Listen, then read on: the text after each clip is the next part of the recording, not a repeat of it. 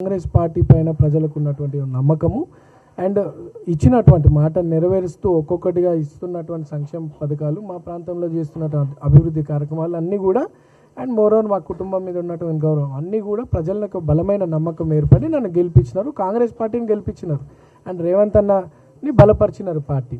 So Naveen Yadav ఒక్కడి గెలుపు కాదు, నవీన్ యాదవ్ కాంగ్రెస్ పార్టీ గెలుపు కోసం అందరి కష్టం కృషి ఉంది అండ్ అభివృద్ధి మీద నమ్మకంతో ప్రజలు ఓటేసినారు. అందరు కూడా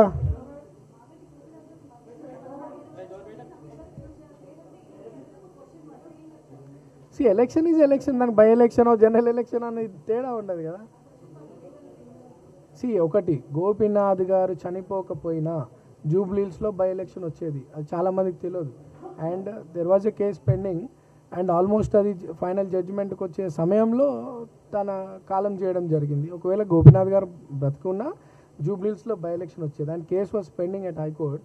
సో నేను అది కేసు విత్డ్రా క్లోజ్ చేయడం వల్ల తను చనిపోయినాడు కాబట్టి కేసు క్లోజ్ చేసినాం, లేకపోతే election commission was party in it. So ఎలక్షనే జరిగేది కాదు.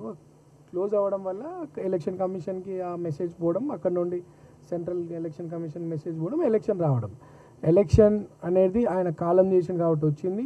ఒకవేళ చేయకపోయినా ఎలక్షన్ వచ్చేది. ఎట్టి పరిస్థితుల్లో జూబ్లీహిల్స్ ప్రాంతంలో ఒక ఎలక్షన్ అనేది జరిగింది అండ్ వి వన్. సో ప్రజల ఆశీర్వాదం.